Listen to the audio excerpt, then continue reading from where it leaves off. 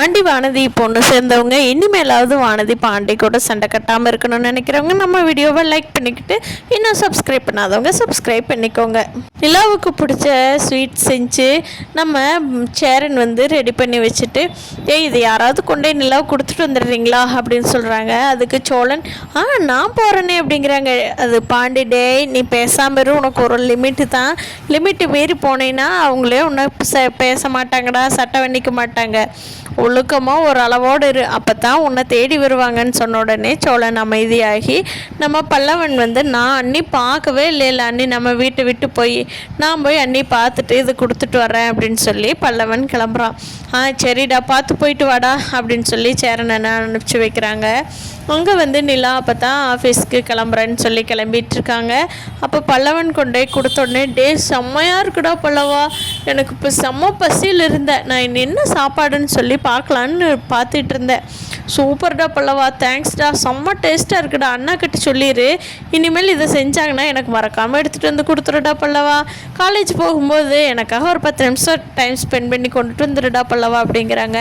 அண்ணி உங்களுக்கெல்லாம் அதாங்க அண்ணி, கன்ஃபார்மாக கொண்டு வந்துடுங்க அண்ணி, இங்கே வா நீ சாப்பிடு, நீ இன்னும் சாப்பிட்டு வந்துருக்க மாட்டேன், இங்கே வா வீட்டில் இருக்கிற சாப்பாடு சாப்பிடு அப்படின்னு சொல்லி நிலா பல்லவனுக்கு சாப்பாடு போட்டு விட்டு விட்டுறாங்க. இதையெல்லாம் பார்த்துட்ருக்கிற தேனு என்னங்க இவன் டெய்லி ஒருத்தர் எதையோ ஒன்று கொண்டுட்டு வந்துடுறான், அங்கே பாருங்கள் அந்த டிஃபன் பாக்ஸ் இருக்கிற அழுக்கையும் அவன் எப்படி கழுவுனானோ, அந்த வீட்டை பார்த்தா அது டிஃபன் பாக்ஸ் கழுவுனதா இல்லை சாக்கடையிலிருந்து எடுத்ததான்னு கூட தெரியல அப்படிங்கிறாங்க.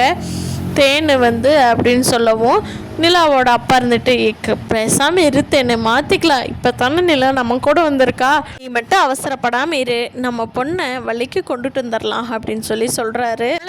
இந்த நிலா பேர் போட்ட பாட்டெல்லாம் வரும் இல்லையா, அந்த பாட்டை தான் 24 hours பாடிக்கிட்டே வைப் பண்ணிக்கிட்டே இருக்காரு.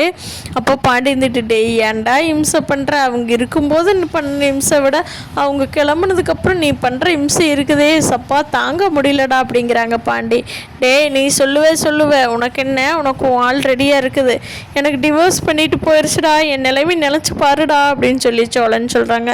பண்ணுடா பண்ணு, ஆனால் ஓவராக பண்ணி எங்காவது அவங்ககிட்ட வாங்கி கட்டிக்காத அப்படின்னு சொல்லி பல்லவன் அட்வைஸ் பண்ணுறாங்க. சரிடா நான் பார்த்துக்கிறேன், ஆமாம் எங்கே கிளம்பிட்ட அப்படிங்கிறாங்க. இன்றைக்கி வானதியோட ஃப்ரெண்ட்ஸ் எல்லாமே கெட் டுகெதர் மீட் பண்ணுறாங்களா, எல்லாருமே அவங்கவுங்க பாய் ஃப்ரெண்ட் கேர்ள் ஃப்ரெண்டோடு தான் வர்றாங்களாம். வானதியும் என்ன வர சொல்லியிருக்காடா, அதுக்காகத்தான் கிளம்பலான்னு பார்த்துட்ருக்குறேன், இந்த ஷர்ட்டெல்லாம் எது நல்லாயிருக்குன்னு தேடிட்டுருக்குறேன் அப்படிங்கிறாங்க. சட்டை தானே இரு நான் செலக்ட் பண்ணி கொடுக்குறேன்னு சொல்லி பல்லவன் செலக்ட் பண்ணி கொடுத்த சட்டையை போட்டுக்கிட்டு ஜம்முன்னு கிளம்பிடுறாரு பாண்டி.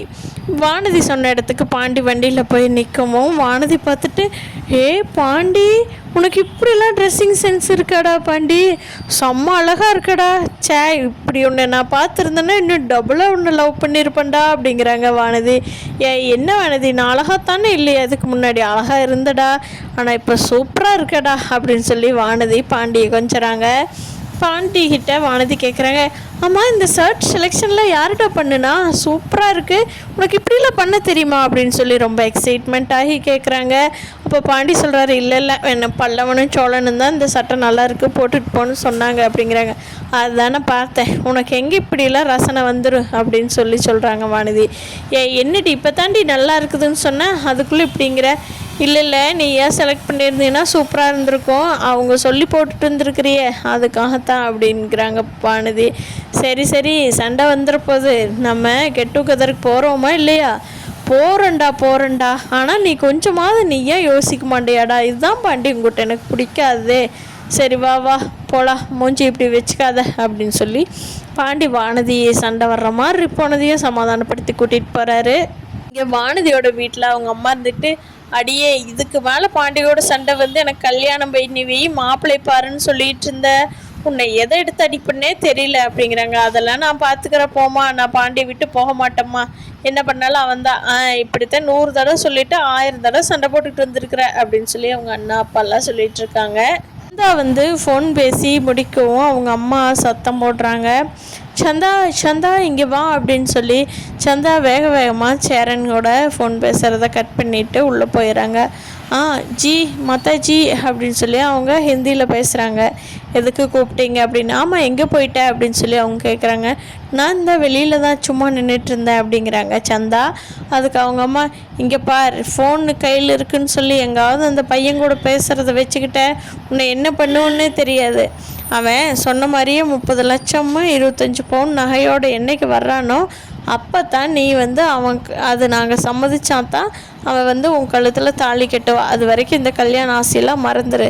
சொன்ன 6 மாதத்தில் இப்போ 1 மாதம் முடிஞ்சிருச்சு, இன்னும் 5 மாதம்தான் இருக்குது. என்ன அவங்க ஏதாவது ரெடி பண்ணியிருக்காங்களா அப்படிங்கிறாங்க. இல்லை தெரியல, எனக்கு அதை பற்றி தெரியாது, நான் பேசவே இல்லை அப்படிங்கிறாங்க. நீ பேசாமல் இருக்கிறதுக்கு வாய்ப்பு இல்லையே. அண்ணங்கிட்ட அனிஷ்கிட்ட சொல்லி அங்கே ஏற்பாடு பண்ணிட்டாங்களான்னு விசாரிக்க சொல்லு. விசாரித்தா மட்டும்தான் நீ சேரன் பையாவை கல்யாணம் பண்ணிக்க முடியும், இல்லைன்னா முடியாது அப்படின்னு சொல்லி அவங்க அம்மா ஸ்ட்ரிக்டாக பேசவும் சந்தாவுக்கு ரொம்ப வருத்தமாயிருது. அவங்கெல்லாம் இல்லாதப்போ சந்தா திருப்பியும் சேரனுக்கு ஃபோன் பண்ணி இப்படி சொல்கிறாங்க, அம்மா ஏதாவது அமௌண்ட்டோ நகையோ ரெடி பண்ணினீங்களா அப்படின்னு சொல்லி கேட்குறாங்க. அதுக்கு சேரன் இருந்துட்டு, இல்லை சந்தா, நான் இந்த பார்த்துட்டே இருக்கேன், என்னால் எவ்வளோ சீக்கிரம் முடியுமோ அவ்வளோ சீக்கிரம் ரெடி பண்ணிடுறேன். இன்னொரு 5 மாதம் இருக்குல்ல, என்னால் முடிஞ்சதை சீக்கிரமாக ரெடி பண்ணிவிட்டு உன்னை அங்கேருந்து எங்கள் வீட்டுக்கு கூட்டிகிட்டு வந்துடுறேன் சந்தா அப்படிங்கிறாங்க. ஆஞ்சி அப்படின்னு சொல்லி ரொம்ப கவலையாக சந்தா பதில் சொல்கிறாங்க.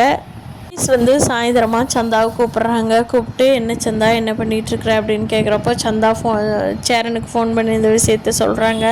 அப்போ அனீஸ் சொல்கிறாரு, ஆமாம், இங்கே பையா டபுள் டியூட்டி போட்டு பார்த்து சம்பளம் வாங்கிட்டு இருக்காங்க சந்தா. உன்னோட கல்யாணத்துக்கு காசு சேர்த்துறதுக்காக தான் இப்படி கஷ்டப்பட்டுட்ருக்காரு. நீ கவலைப்படாத, எப்படியாவது அவர் காசு சேர்த்தி உன்னை கூட்டிகிட்டு போயிடுவார் அப்படிங்கிறாங்க. சரி அனீஷ் அப்படின்னு சொல்லி சந்தாவும் அனீஷும் பேசி அமைதியாகிடுறாங்க. சோழனோட அப்பா முன்னாடி எப்படி வீட்டில் இருந்தாரோ அதே மாதிரியே மாறிடுறாரு. துணி அங்கங்கே போடுறது, பிளேட் அங்கங்கே போடுறது, வீடு மாதிரியே இல்லை.